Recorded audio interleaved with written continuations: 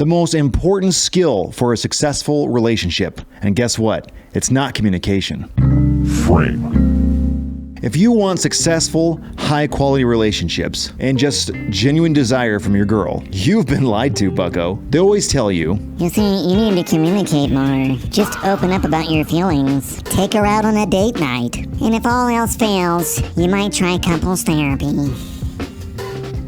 but anytime you talk about it, it always just leads to an argument. And your relationship feels like a low-grade civil war. But I'm here to tell you the truth. I'm Iron Hans, and I'm unapologetically here to help men. You see, communication is a symptom, not the cure. And a broken relationship is never fixed by talking more.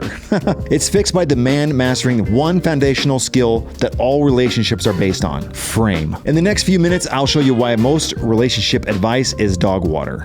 It's a trap! We'll define exactly what frame is, and we'll summarize quickly the 3 pillars to a successful relationship. But first, we'll talk about the misconception of communication. And why does the Communication is key. always fail men? Because it's often weaponized as plausible deniability for control. And it turns into emotional submission. Women feel this submission, and it gives them the ick. It gives them real cuck vibes. And if we've learned anything lately about women's sexuality, it's that they want the bowl.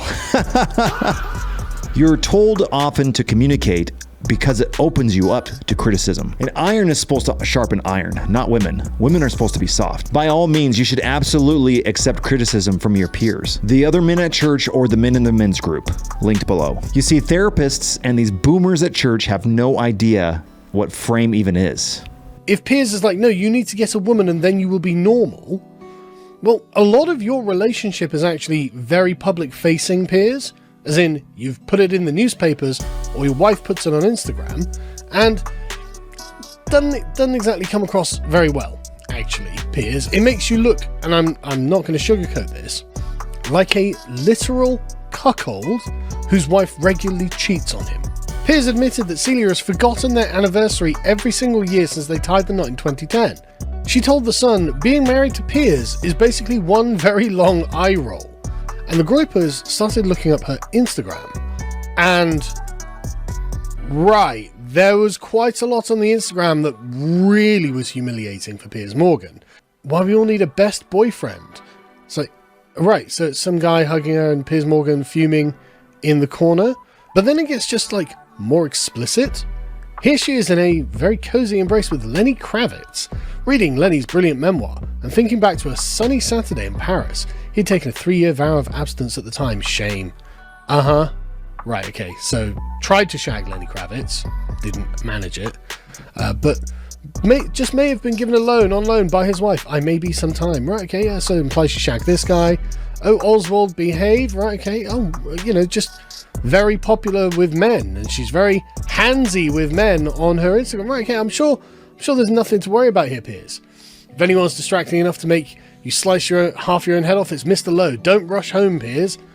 And then there's this one. When the husband's away, Mr. Suds comes to play, and it's some guy washing a car and his pants.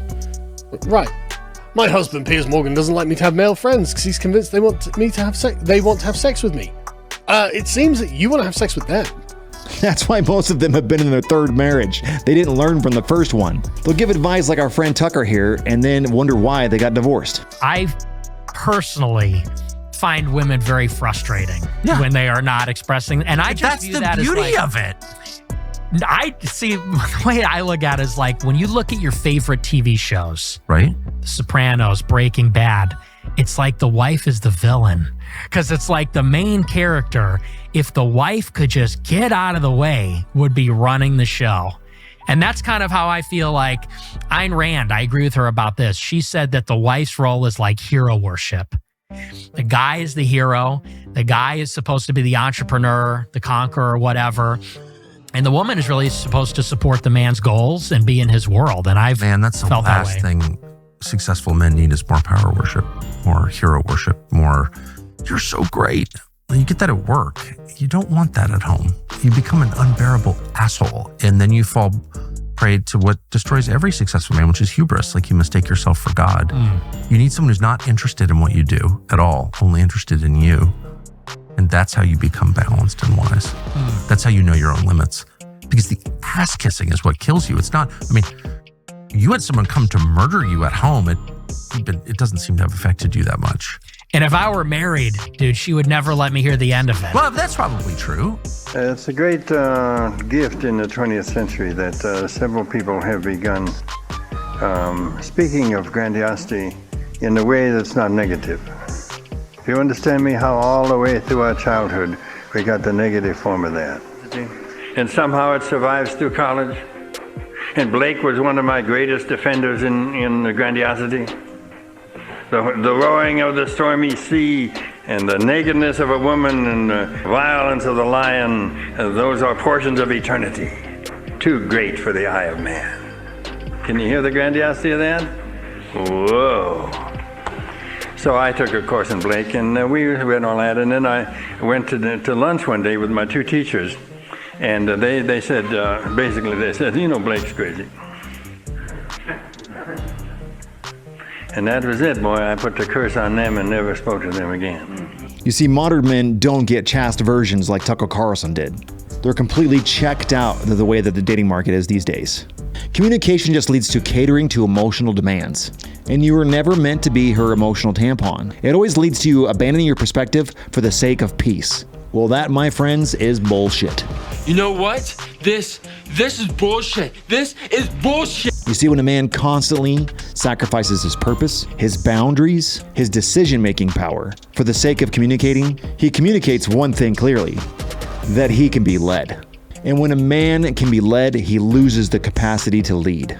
His wife, regardless of how trad she is, regardless of how much she says she loves him, subconsciously recognizes that as a lack of presence. The very first sin of man, the propensity of man after the fall in the garden, Abdication.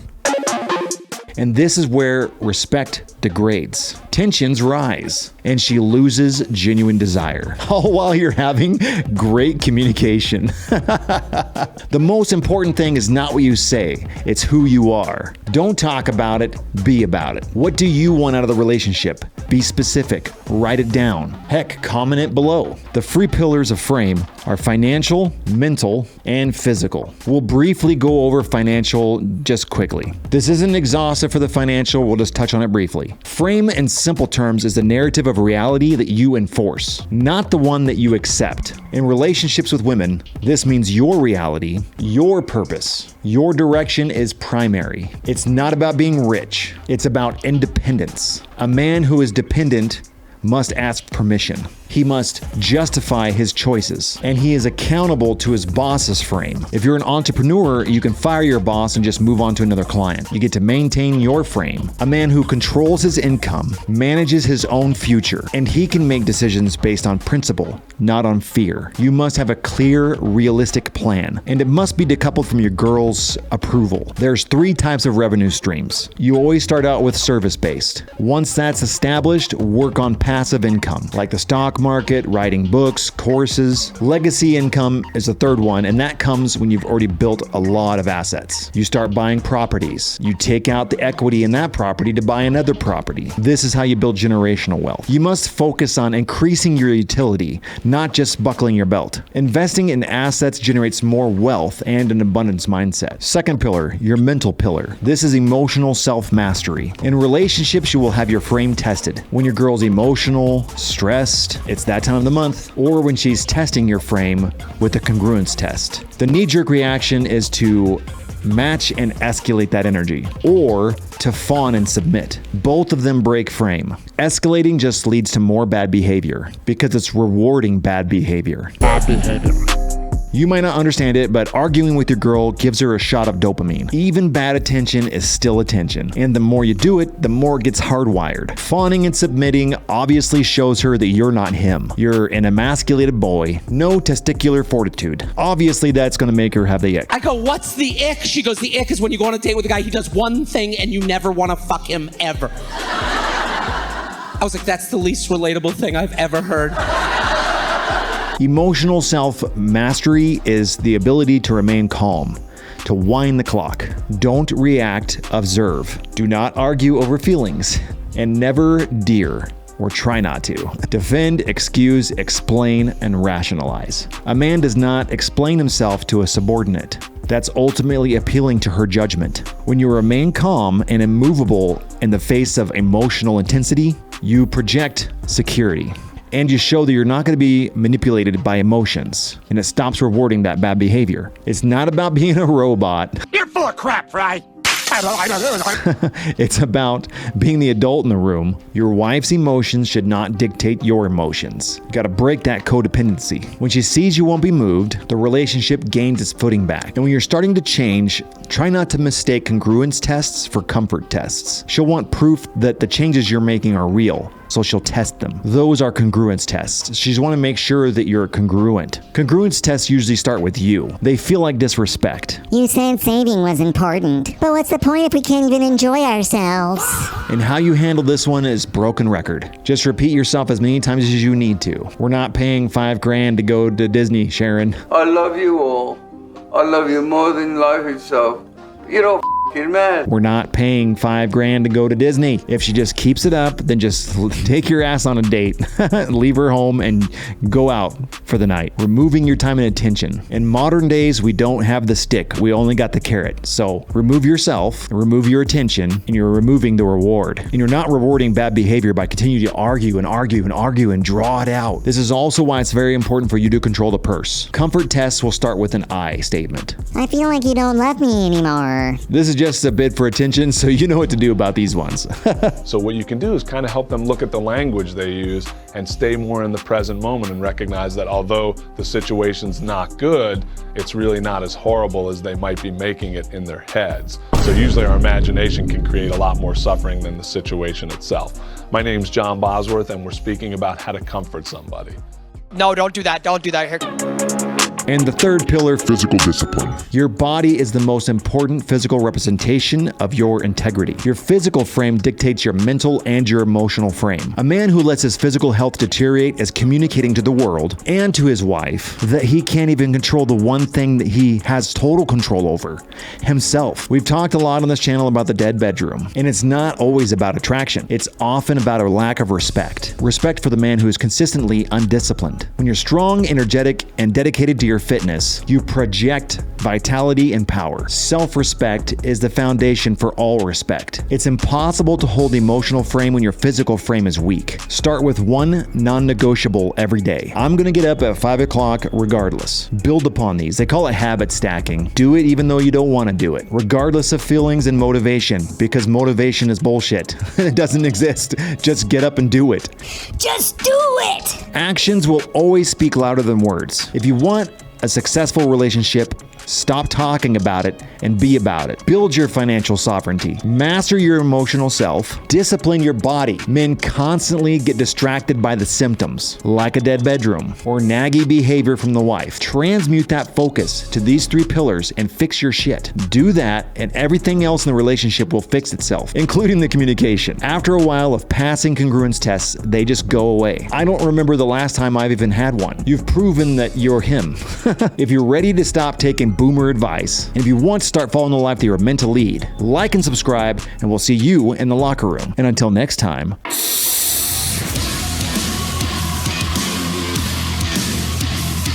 I feel secure in my relationship.